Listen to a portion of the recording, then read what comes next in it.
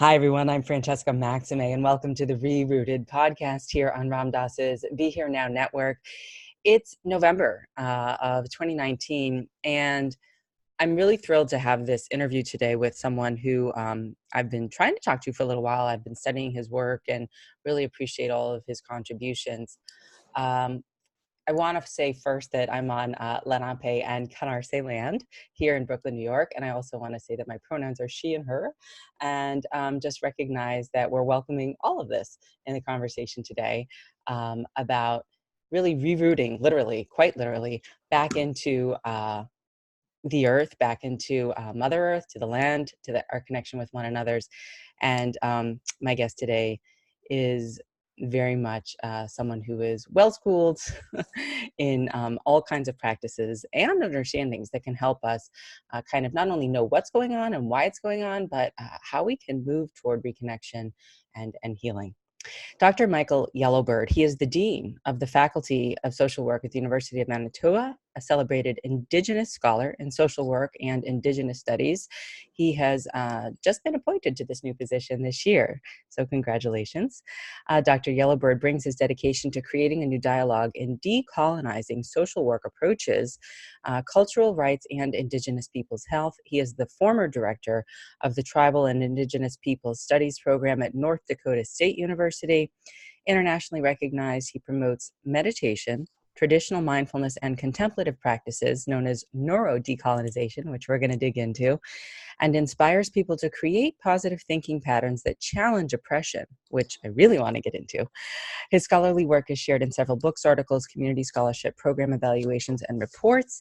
And I am so thrilled to have him. He's also I read this over the summer at the beach, actually, on Shinnecock territory. And this is for Indigenous Minds Only, a decolonization handbook. And he's written a few other books with some colleagues that I encourage you to find somewhere online. Welcome, Dr. Yellowbird. Thank you. It's good to be here. Yeah, I appreciate it. And you're so unique, I find, in so many ways, like, and you know, you're sort of holding space on multiple planes around these, and they're all related, of course, but rarely is there some one person who can kind of fit into the brain research piece, and then the, genocide and oppression piece, and the collective healing piece, and the mindfulness piece. So I just want to name that and welcome all of that into the room. So we're in fall 2019 and changing of the seasons, and you just landed in your new position here. And, just talking a little bit about the kind of work that you're doing. You're doing work around all the things that I just mentioned, from a social work standpoint, because that's your position. But maybe we could start with the piece around how you landed on getting into this piece of neurodecolonization and the mind science or the brain science, or where would you like to start this morning?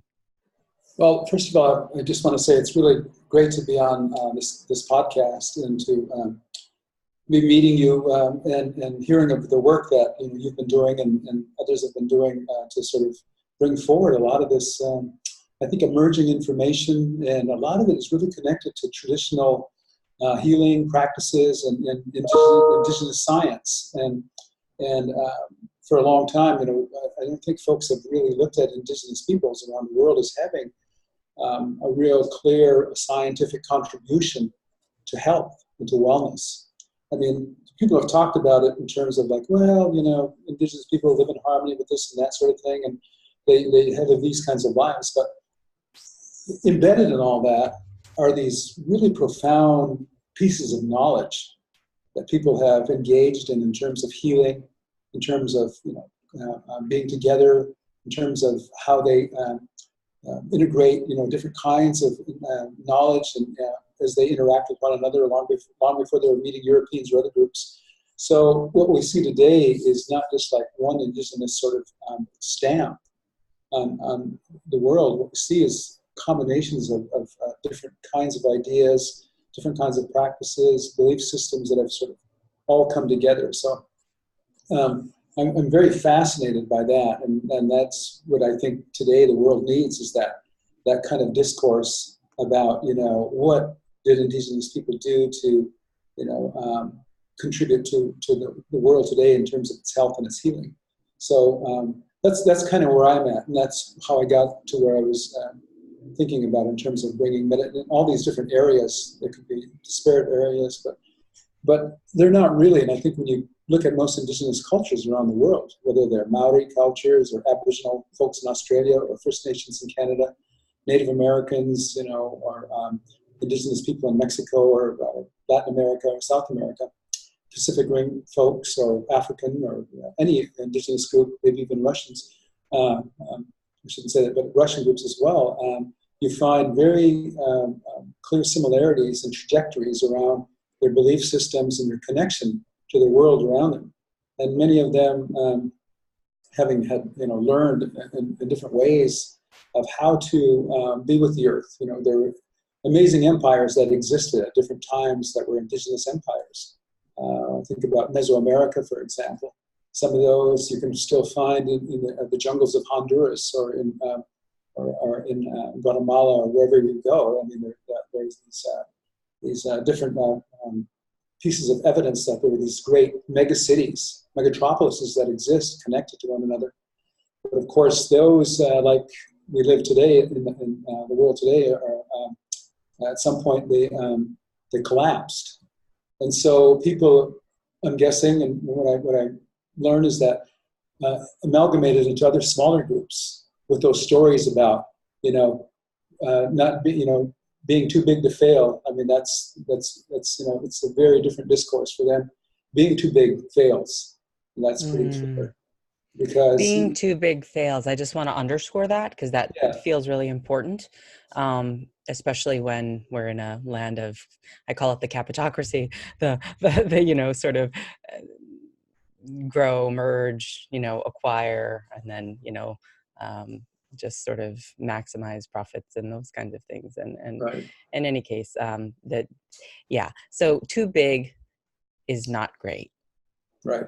Well, I mean, we see that now with these huge megacities and throughout the world. People living on top of each other, people living side by side, and of course the spread of disease, the spread of crime, and people don't know their neighbors, and so I mean that's what I'm talking about, is that it's become these huge megatropolis, these huge cities, I guess. And there's the connection that's been broken in so many different ways between people. I mean, it's interesting. You could go to a smaller community, a village in maybe Alaska or somewhere in Aotearoa, and you could find someone on the street, a Maori person or Native American person, let's say, in the community, people will pick that person up, take them home, or care for them. You walk through Chicago and New York and LA, you'll see homeless people by the hundreds, by the thousands, without connections except to other people who are impoverished like them. So, Western society in that way has really, really failed, of course. And that's what I'm talking about. When you're too big, you fail. So. Right. And you're really underscoring that idea, I think, of we think we're so fancy as human beings, and we are in some ways. And at the same time, we weren't really built for constant influx of digital algorithmic programming on our social media channels 24/7, let alone, being in a village or friend circle of over 100, 150, couple hundred, people in terms of what we can really hold. And so our internal nervous system and our internal way of being able to kind of grok relationships and safety, I think is another piece. And you're talking about the bigger macro piece of, how does this actually societally show up in terms of colonization and then oppression and then division and all of the ways that can really affect everyone. So talking about that, how these other really resourceful energies, these really resourceful practices, these really successful indigenous practices worldwide over time have sustained other communities. Maybe starting there, what are we missing? What if we stripped away that you talk about in books like this one that is needed today? If you want to go there, or do you want to go inside into the brain? It's up to you. Yeah, no, I think maybe a good place to start is colonization, like you mentioned. The idea of colonization has kind of been one of the major preoccupations of humans for forever. and animals, and insects, and all the way down to the cellular level and the bacterial and viral level. Colonization is happening at different points in time. And the whole thing about colonization is that we look at colonization now, I think, to me, as we look at it in terms of, is colonization something that was deliberate or was it accidental? Right? Because colonizers, in the sense, had both. They accidentally stumbled into groups, that had resources that they wanted, and then they began to pillage and plunder and kill and control those groups and the resources. But there were other groups, of course, that were very thoughtful and planned, colonization because they needed to feed their appetites, whatever it was, or they had fear of another group, or, they wanted to expand their territory and control that kind of thing. So colonization in that sense, is a big picture. But when we think about colonization of people, the same thing holds, is that, it's really one group of people, oppressing and controlling and subjugating another group of people. Mm. And really there's no negotiation there about, how one can live or can we live together. It's generally people come in with a colonization and then begin to, as I said, control and dominate and then reestablish their society. So that, I think, in itself, kind of, when people do that, a lot of times the rapid change, the values, the beliefs, everything down to the food and down to philosophies, and those kinds of things can be really devastating for another population that didn't evolve to have some of those values or practices or beliefs or lifestyle in their culture. And the major thing that I think we've learned today is that our genes, our genetic profile, actually co-evolves with our culture. So if you look at indigenous cultures, you'll find there's a huge number of them that are collectivist cultures. And those that are no longer collectivist cultures still can carry genetic markers for collectivism. They call a serotonin transporter gene. And they're very different than individualistic cultures. And in order for collectivist cultures to be well and healthy, a lot of the research says they got to be together. They got to cooperate together. They have to, be with their tribe. They have to laugh with their people. They have to, engage in ceremony. They have to engage in, helping and supporting one another. Because, again, what the cultural neuroscience is saying is that people who have these particular genetic markers, the serotonin transporter genes, they have these short alleles, which makes them vulnerable to anxiety, depression, maybe suicide, alcoholism, loneliness, isolation. So what keeps that particular, those genetic factors silenced then are being with your people, doing ceremony, singing, dancing, expressing yourself in very clear ways, eating traditional foods, doing traditional ceremonies and practices. And those range from everything from running and movement to prayer to dancing to singing.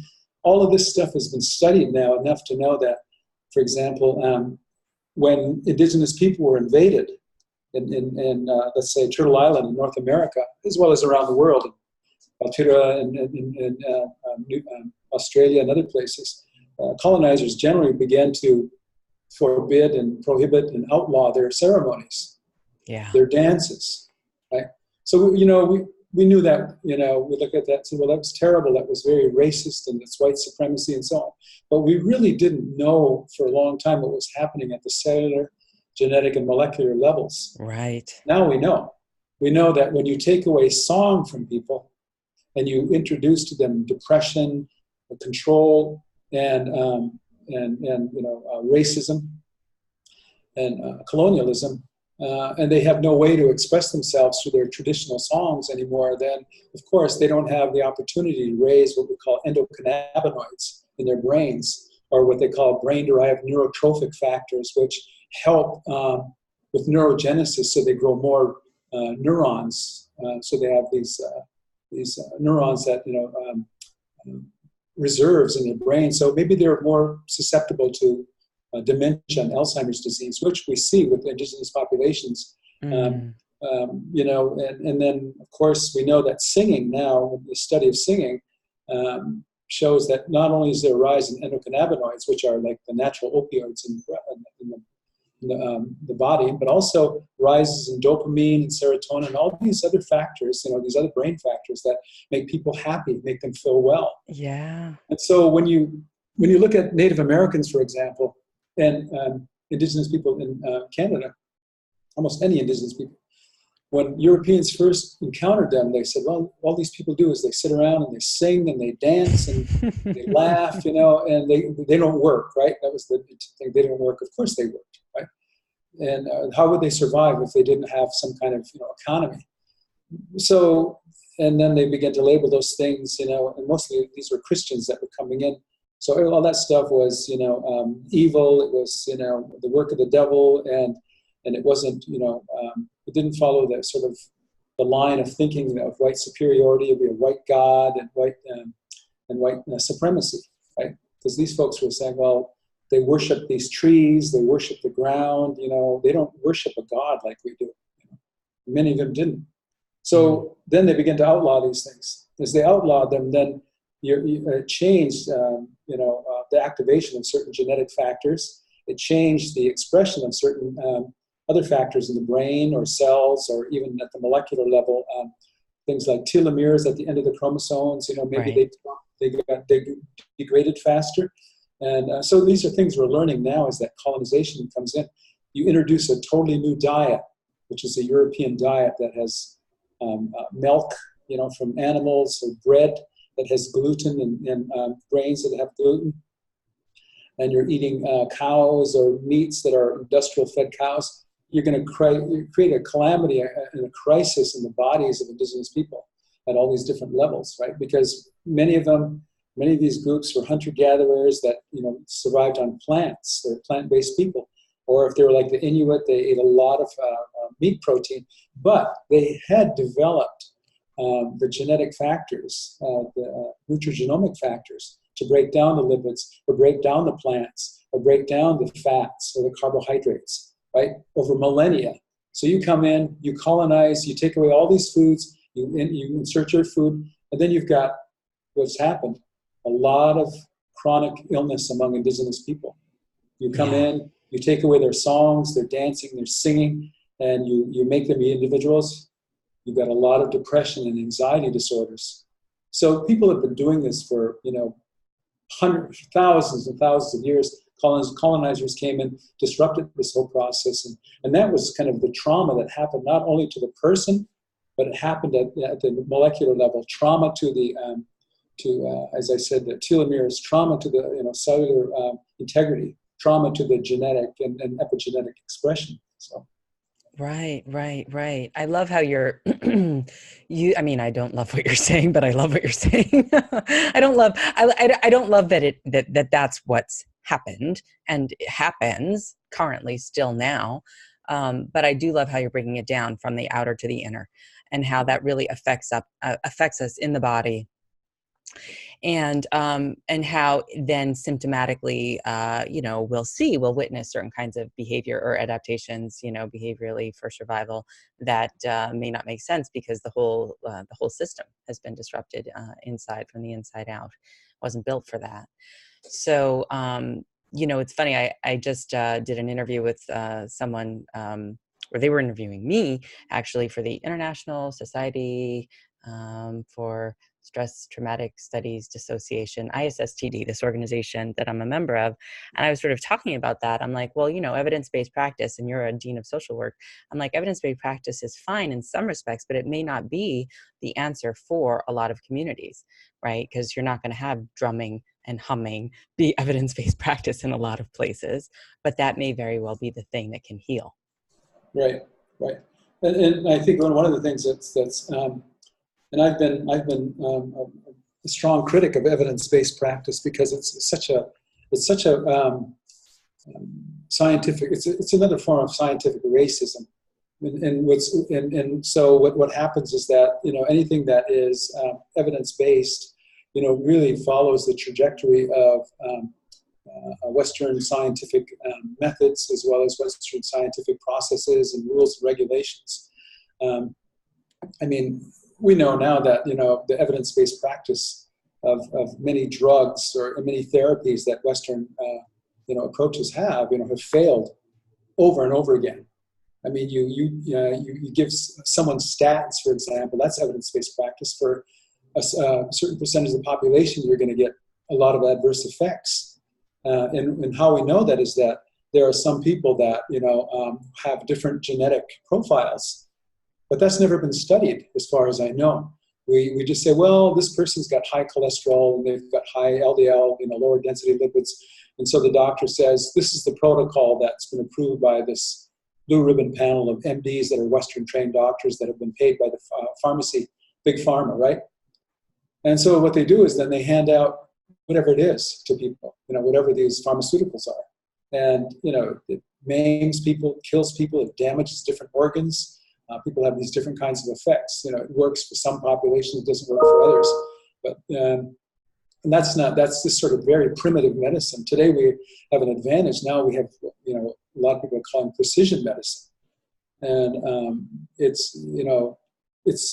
gets beyond evidence-based, right? So, because it includes a very different holistic sort of approach to looking at, why someone would not do well on chemotherapy versus someone else. Why? Because maybe they have a certain there are certain cultural factors that are related to certain genetic factors that that served a different purpose 10,000 or 20,000 years ago.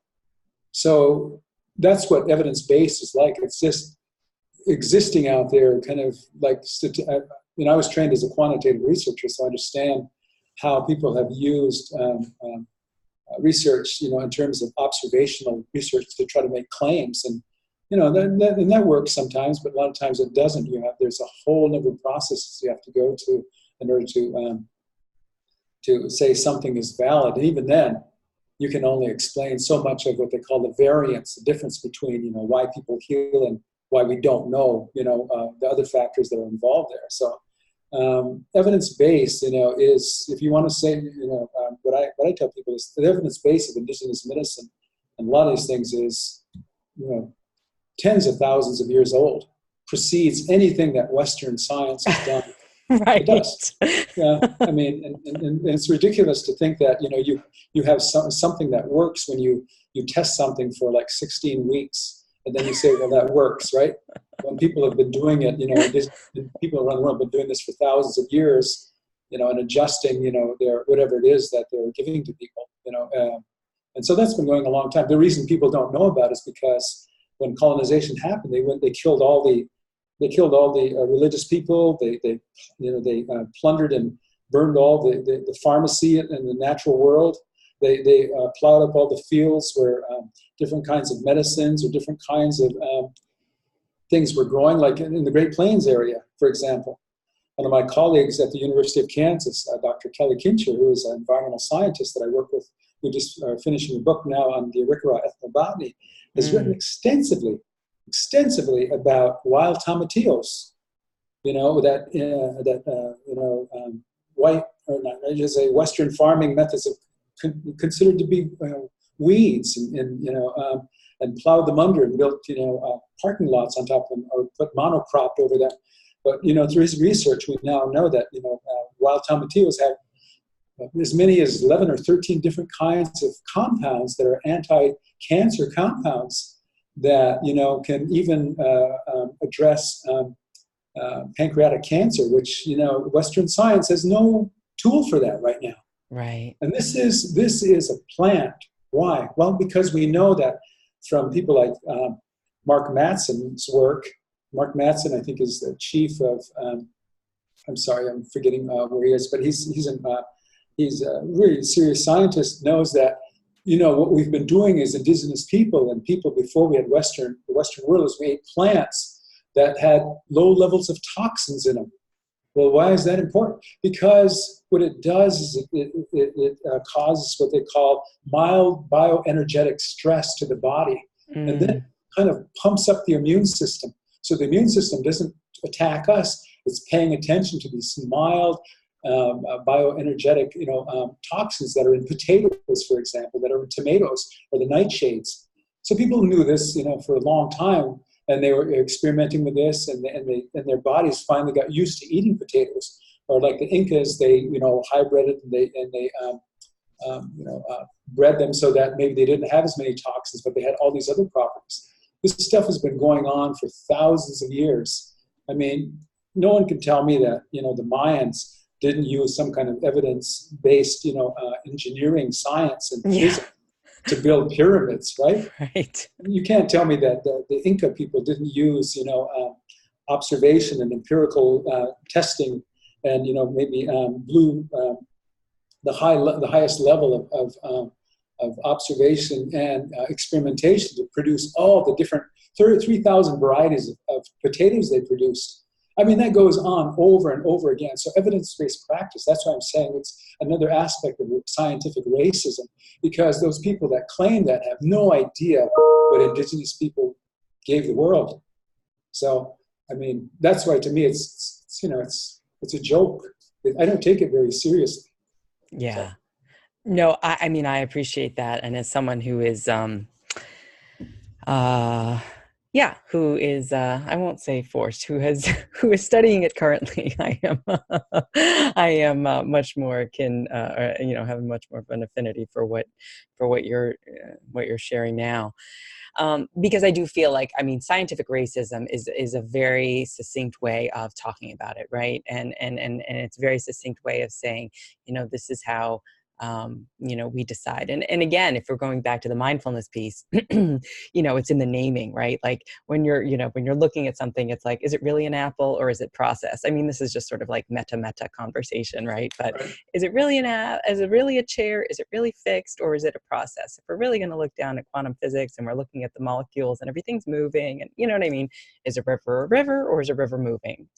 So, it's just that whole piece of, okay, well, it's not fixed, but in the naming, now I have a new territory. Now I have a new practice. Now I have a new solution, and I can claim credit, or I can somehow use it in a certain way that kind of can direct my intentions, which are not always collective and not always particularly helpful.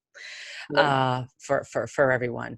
So maybe that's a good place for us to kind of shift from the outer decolonization that much more into, sort of this inner piece around also the spiritual practices. I was sharing with you earlier, my training is with the Indigenous focusing oriented therapy model, and much of it is around land-based, around plant-based, around all my relations, around ancestral wisdom, and maybe just sort of like unpacking some of the ways in which we can reclaim or reconnect with what we know to be true, as some of your scientific colleagues are doing, but on multiple levels, to heal, because we're in bad shape, or maybe we're not, but we kind of are.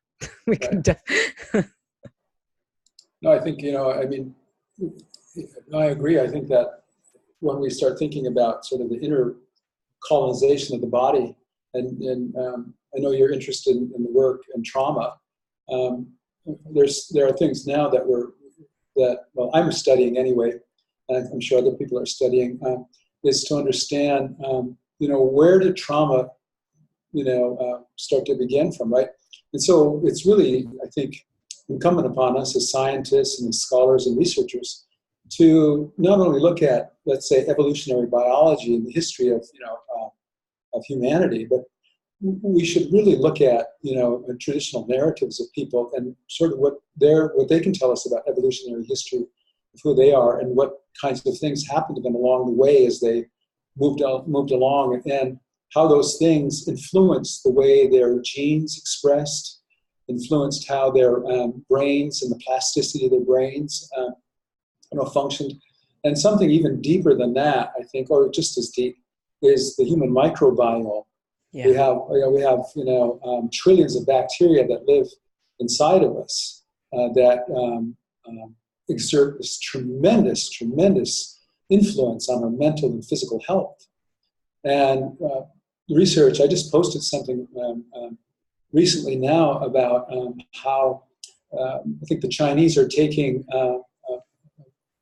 producing, I think, a drug now that's a naturally based drug out of seaweed, because what it does is help remodel the human microbiome in order to address Alzheimer's disease. That's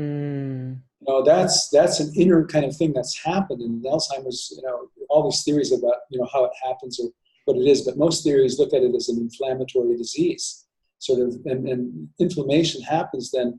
We know now, from a number of different ways, from your diet, from stress and trauma, from the lack of sleep. These are all things that are all part of, being colonized. Your sleep's been colonized, your diet's been colonized, your brain and your thinking has been colonized, your life, your movement's been colonized. You sit at a desk all day. These are all things that really begin to then affect, these other systems within the body and create different kinds of expressions, like I said, in the human microbiome. We know now that trauma changes the biome. We know that the excess of antibiotics changes the biome. Different kinds of waters, with too much chemicals and fluorides and chlorines and those kinds of things can change the biome. Anyone moving here from where they lived a plant-based, lived in the earth and played in the dirt and ate dirt with their food are going to have a more diverse microbiome than Westerners. Our microbiome looks like a burned up forest. Theirs looks like a rainforest. And so when we're thinking about that, that's what trauma does. So trauma is not only like, physical violence against a person that we can see.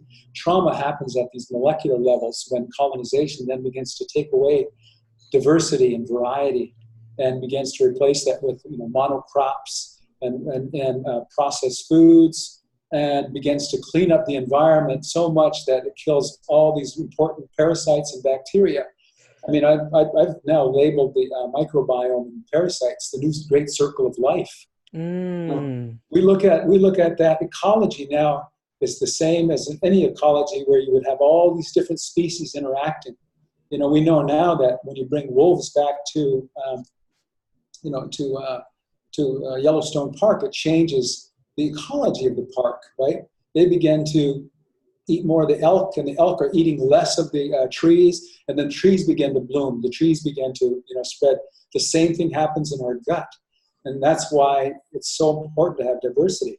That's why, white supremacy and white nationalism worries me, because that's the thing is they want to monocrop, or have a monolithic race, they don't understand that, that how the beauty of diversity, what it brings to the human race, just like it does, diversity in our microbiome, piques our health. So when we have a healthy microbiome, we have healthy responses to disease, illness, and inflammation, and our genetics, express, in ways they should express. And our brain models the plasticity in helpful, thoughtful ways, where the body doesn't see itself as under attack, and so it's not remodeling, to itself in that way. So.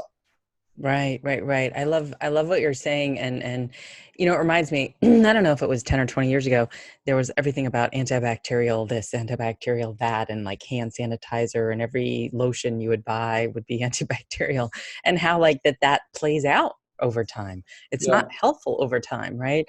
And, my mom, who's a physician, an MD, an internist, she would talk about how when they were kids, she had 4 brothers and sisters. They would be playing in the backyard, eating dirt sometimes, and that's not such a bad thing, and kids don't do that today. And don't even know what it feels like to have grass under your feet because it's concrete, and just to even feel that somatic connection. And so if trauma is in a way stopped process, that's one of the ways I think about it. It could be too much, too fast, too soon if it's an external event, but also kind of stop process internally, like you say. And if this colonization piece is a piece kind of like the fundamental part of what the Buddhist teachings are in mindfulness trainings, which are like greed, right? Like it's not that we can't have or shouldn't have, because we all need some, but do we all need everything, like the 1%ers in the hands of a few, so to speak? Or is it not healthy for the collective at the end of the day to share, to be diverse, as you say, to make space or allow, as there is in basic mindfulness trainings, the allowing, the acceptance of the natural order of diverse populations and people like me, who are Haitian, Dominican, and Italian American, not just any one thing. And from my understanding, you also have multiple nations, your nations within you. Is that correct? That's right. I mean, it's interesting to know that, I mean, one of the old adages or beliefs of Indigenous people is that, we're all one people, really. We're all related, as we say, And, we're finding out that's more and more true as different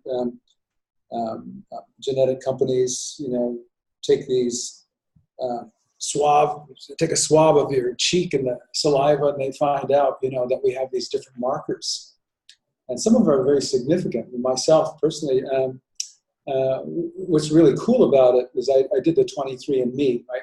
Me too. So, and I'm not trying to endorse them or endorse anybody. I'm just that I did it, But what happened was that I found out something that was really interesting. So all my life, my father used to say, "I'm 100% Native American, 100% Native American." Right? And so his not his test, because he passed before the test, but his sister, my aunt, we took her DNA, and she came out to be 95% Native American.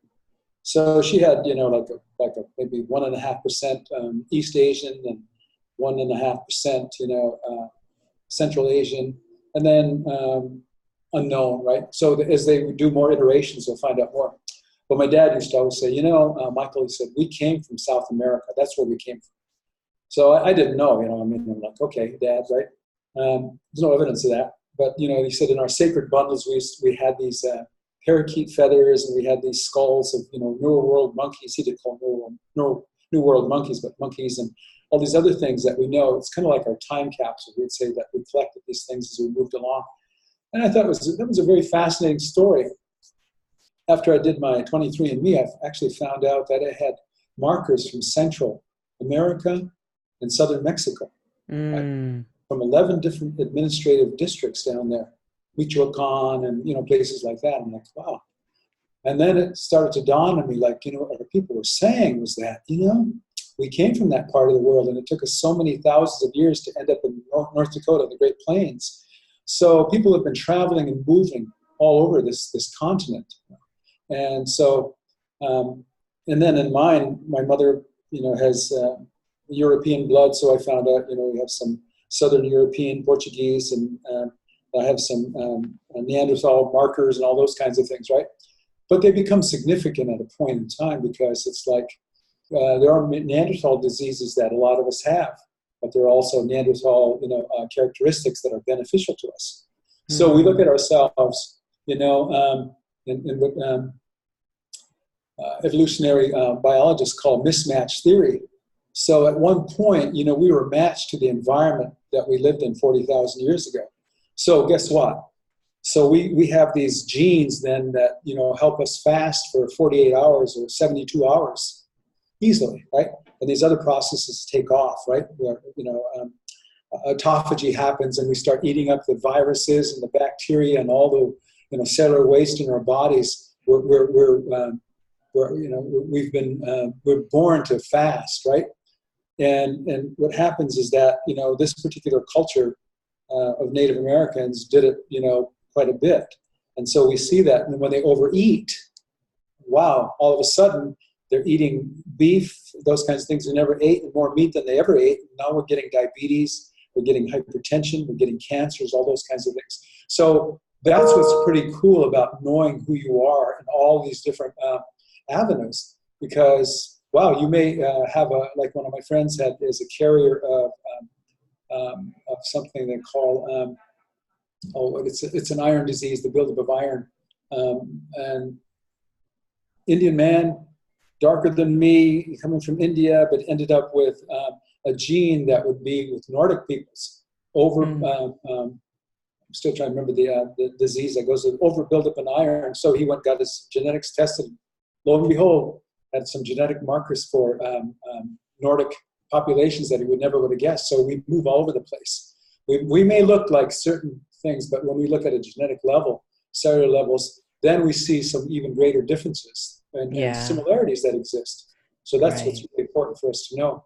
And those things are just now kind of unfolding in all the research that's being done. So Yeah, I mean, I could talk to you for hours, but I know I can't. I mean, we still have plenty of time, but that's fascinating. And as we're talking, I'm just listening to you, thinking about how it was constructed, of course, that race is a thing, that race and racial separation, that race, first of all, is a construct, right?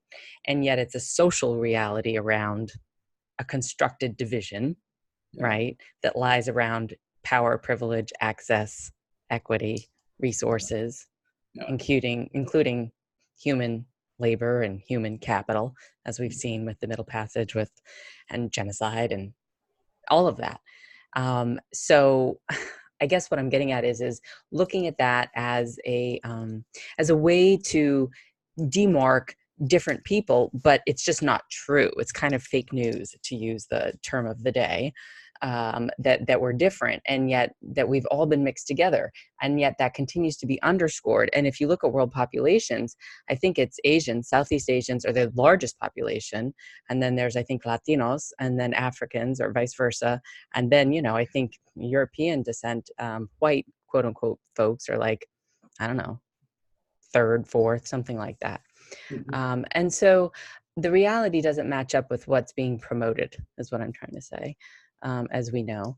And how are we going to get to a place of connection and of healing? Because we can do our internal work with our own mindfulness practices. But I find half the people are just still like hating themselves so much and don't realize there's a resource that we could be in community and do our humming, drumming, singing things and maybe feel a little bit better, because we've been told that that's not valid, right? And that we can't, regardless of our ancestry. So and then reclaiming that. Like a lot of people will say, well, joy is my practice. I will dance, I will go, I will knit, I will, and it could even be like when the 70s came around and they killed all the disco clubs and they made rock music be a thing. Because that was a really joyful, resourceful thing for a lot of communities of color, right? Mm-hmm. So it's not like it's that old, is what I'm trying to say. Right.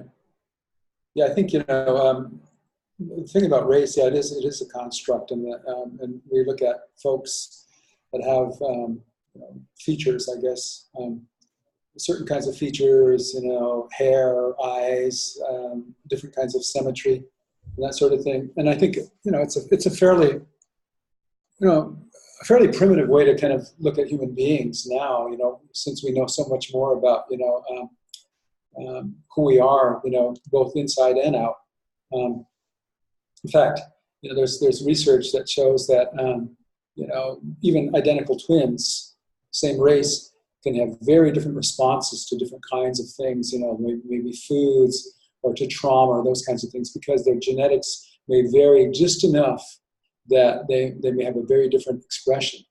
You may have a part of a population, for example, that's lived, in South America or in Africa, where there was certain kinds of diseases, like sickle cell, that you get, and you'll find that some folks, carry the genes for that.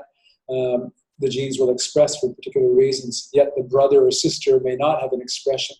So those kinds of, and we don't, quite know why. So race, just by looking at people, I think, again, is very primitive things, because we know now that, if you're laying on the emergency table bleeding to death, and you've got someone there from a different race who's giving you blood, all you have to do is match the blood, and that person's going to be perfectly fine. Mm-hmm. So, I mean, it's in the same family, people can have very different microbiomes too, as well. So I think, we're as people say stuck on that, I think science is kind of moving away from that understanding. Those folks that are doing that kind of science are getting to understand human beings, as I said, at the molecular, cellular, and genetic levels, to know that, this, 23andMe, you've got probably now a lot of genetic relatives that don't look like you at all, mm-hmm. that you're very genetically closely related to. Right? Mm-hmm. At some point, if you needed, let's say you got some kind of lymphoma or some kind of blood cancer disease, well, guess what? So everyone in your immediate family wasn't a fit, but someone who's your genetic person that lived on the other side of the world could come and give you a donation of stem cells that would heal you.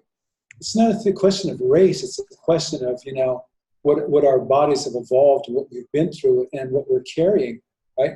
So in our small sort of way of thinking, our small brains, we can only see those very limited kinds of things like facial features and color and size and maybe accent or those kinds of things. And that's such a small part of who we are. Well, what's the worst thing, do you think? This is a question I ask clients all the time. What's the worst thing, do you think, that whatever part of you is believing would happen if we weren't just in our own small mind? What is if we were able to just be open to this idea that, there's other people that don't look anything like us, that, we don't even know, that have the same genetic makeup.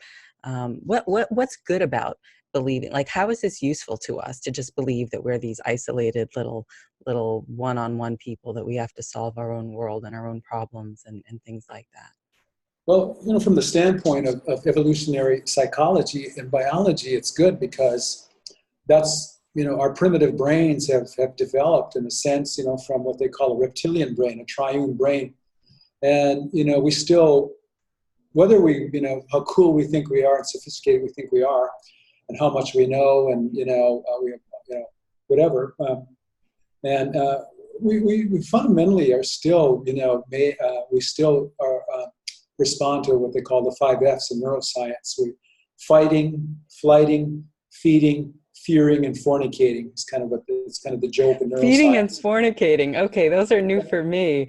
I have the submit, attach, and fix, but right. Feeding and fornicating. Okay. Yeah, but I mean that's all survival, right? It's all part of evolutionary, thinking in terms of survival.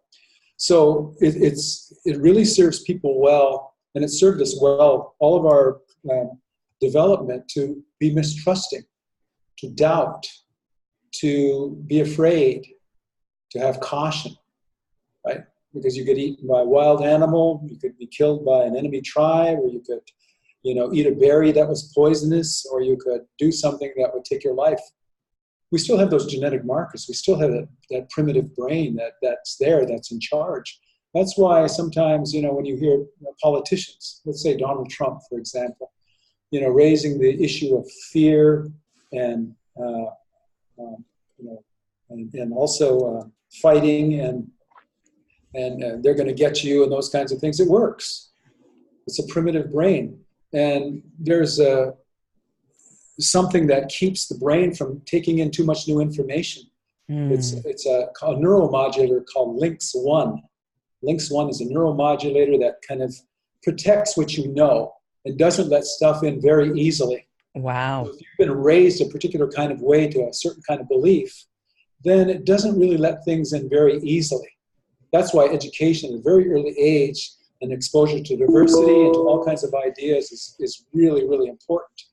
And, that's the problem right now that exists in society, is that, people have control of the education system that continually, churn out the same kind of racist, white supremacist narrative that exists. There's no one that's more important than, white people, white leaders, white, explorers, white politicians, and Indigenous people can't even get anybody in the mix of these kinds of things because everyone else is trying to get in. But if schools would open up to that, then kids would be more cognitively flexible. And as you get older, it gets harder and harder to be able to open up to these kinds of things. And so that's how it served us. It served us because our brains don't have that capacity to trust so much. People say, well, that's not true. Fundamentally, it is true. Other people, there's experiments that have been done, people have talked about it, where you take away a mouse's fear in an experiment, you make that mouse a loving mouse and to care about things, and the cat will eat him up, right? Because he won't fear the cat. You take another mouse and you make that mouse afraid of cats, and so he'll watch and be very scared. That mouse won't get eaten by a cat, but he'll probably die of cancer or heart disease because he's worried all the time, right? This is how we are as human beings. So we have that anxiety. We have to find some kind of place, in the middle where we are, guarded and thoughtful, but and cautious, but yet open And that's where, and embracing and that kind of thing, that's where that cognitive flexibility comes in. That's where I think, to me, mindfulness comes in. Yes. But it's also not just mindfulness. For me, it's neurodecolonization, because you have to understand that things that I'm talking about are all part of this early brain development and trauma, and has been with our species for a long time. And we've had all these different kinds of development in our body, like these different kinds of comp genes, which express for warriors or warriors, depending upon the number of variants. You're saying worriers, as in I worry too much about whether or not the sky is going to fall on me. That's right. Or right. warriors, meaning I'm going to go forward and conquer or whatever. Yeah. Yep. So and we have these different variants too that exist. For happiness, it's one called the FAAH, the FA variant, right? Where you find that particular genetic variant is in populations that are have a greater propensity to be happy and to laugh, right? Along with people who are in collectivist cultures who all have the serotonin transporter gene, the 5-HTT-LPR is what it is. And if you have, and when you look at indigenous cultures, you'll find out that those collectivist cultures love to laugh. They love humor. Yes. And that's one of the things that raises dopamine levels and serotonin levels, turns down this, the anxiety, and turns down any of these kinds of other things that cause stress and so on. These other neurochemicals, right? So I think that's how it served us, though. Back to your question, is like it serves us to be cautious. It serves us to be non-trusting. And so but what happens is then we have to do something about that, and to get people to understand that just because you don't trust, just because you have to be cautious, doesn't mean you have to hate or destroy something that you see. Let's learn about it. Let's figure it out. Let's find out what's beautiful about it. Let's find out what's helpful about it. And lo and behold, that's what we've been finding out about everything, about animals, about the scary boogeymen in the forest, or in the waters, or finding out about parasites and those kinds of things that we try to completely eliminate, and cultures that we completely try to eliminate. Wow, they had all these beneficial ideas and these beautiful philosophies. And these different kinds of evidence-based medicines and discoveries that we completely destroyed, like what happened to the Mayan codices. That the Spaniards came in and destroyed all these codices that had all this knowledge, and those things happen because the human being is fairly primitive in that manner. And one of the things we know now is that contemplative practices help to break down some of that kind of primitive thinking, and that sort of fallback to the 5 Fs, so we can be more flexible in our relationship to one another. Yeah. I so appreciate that, and really the big picture, and the more like sitting on your cushion and watching your thoughts picture. And my mentor always says, how can we be relaxed and alert?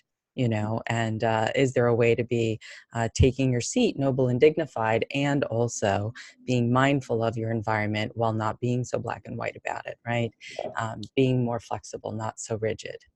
Yeah. And one of the things that I think, when I think about mindfulness, I think most people think about sitting mindfulness. But among Indigenous people, there are so many different ways, that people have practiced being aware, right? And some of the things that I've been looking at myself in my own research are really sort of center around a number of different practices. And those practices are, sort of related to everything from movement, like I said, to sleep, to exposing yourself to mild bioenergenic stress, like sitting in really hot saunas or sitting in really cold, pools, those kinds of things, release what they call, gosh, mine's just blank today, but hardly. Yeah, but any of these different kinds of things that people do, even running, for example. Running has a way to raise our brain-derived neurotrophic factor, which is, I forget the guy's name, who coined the phrase "miracle grow for the brain."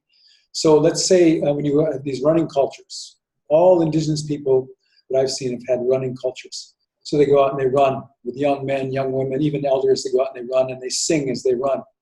They sing a song like a call cadence, like they do in the military. But it may be a spiritual call cadence where they're singing to the universe and to the stars and to the plants as they run along, acknowledging Mother Earth as they run along. So what they're doing is they're not only raising their brain-derived neurotrophic factor and raising their endocannabinoids in their brain, they're also reducing, stress and anxiety in their body and different factors that produce toxins in their body that cause depression.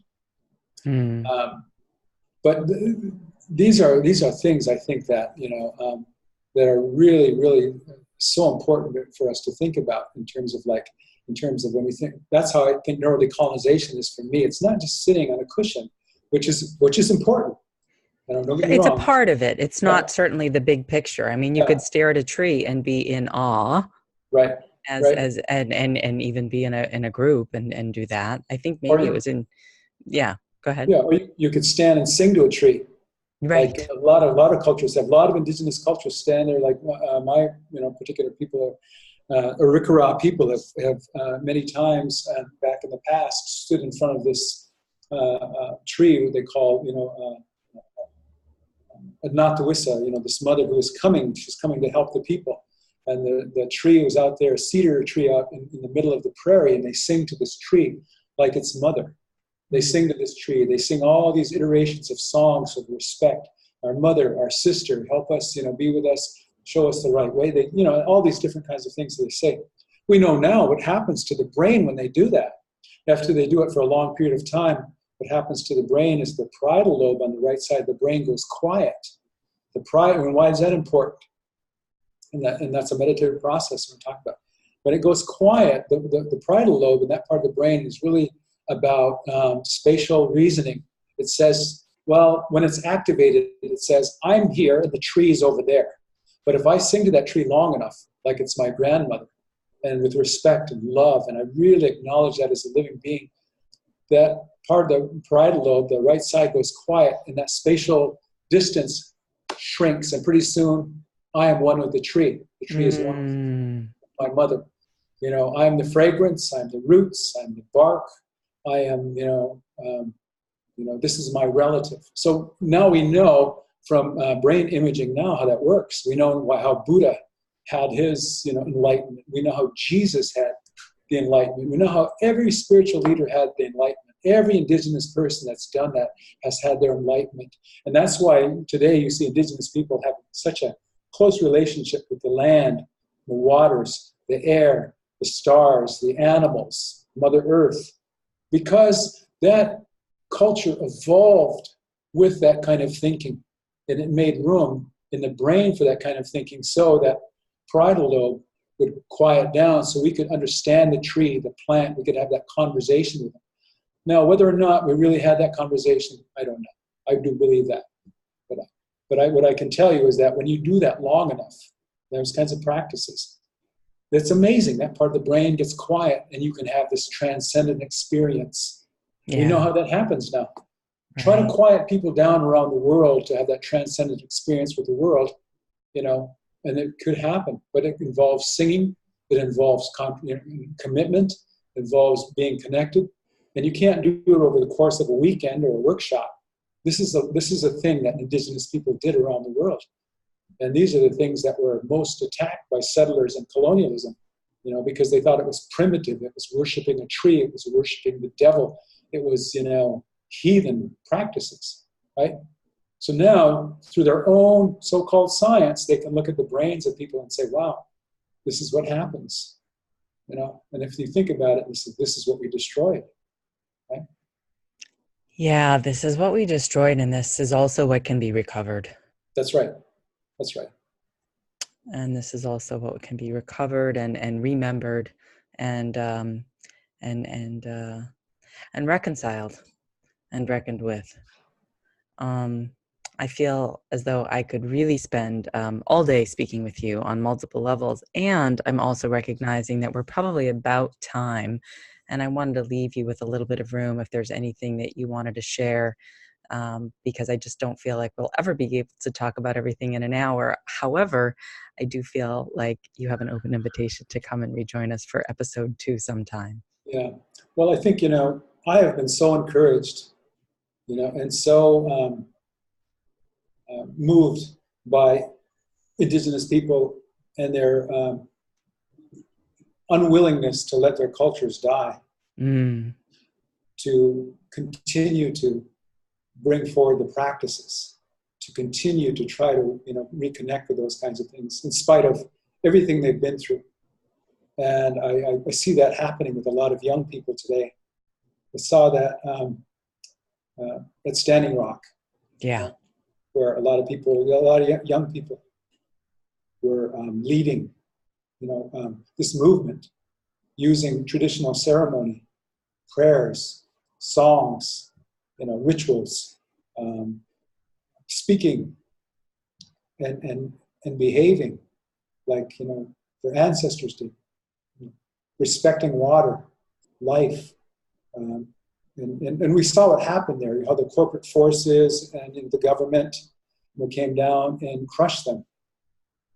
But they're resilient. They came back again. They're still coming back. So that's what I admire, is that, you have to, I'm thankful for that. I think Indigenous people have so much, there's so much they've added to the world, and if people ever discover what they added to the world, they'd be amazed. The things that they do and the things that they believe, the words that they say, the medicines that they take, the foods that they eat, the governments that they have all been influenced by Indigenous people. And Indigenous people are there, trying to bring forward these ideas now when we're sitting at the precipice of calamity with climate change that's happening. Again, inviting people to understand and learn about, who they are and how they can help, So that's what I would say in the ending is that, that's what inspired me to do the work that I do. Everything that I've done is drawn from Indigenous science and knowledge. And it's brought together with some of the Western science too, that helps to kind of show that, and it doesn't really need it in Western science to validate it, but I think some people need that to show how Western science has saying, wow, this is really important. This is what we've found. And I'm saying, Indigenous people have been doing that for how many millennia? They've known that for how many millennia? I'm so happy that you've kind of finally kind of found, that, that Indigenous knowledge and science, is that you've found room to validate it in your own paradigms, right?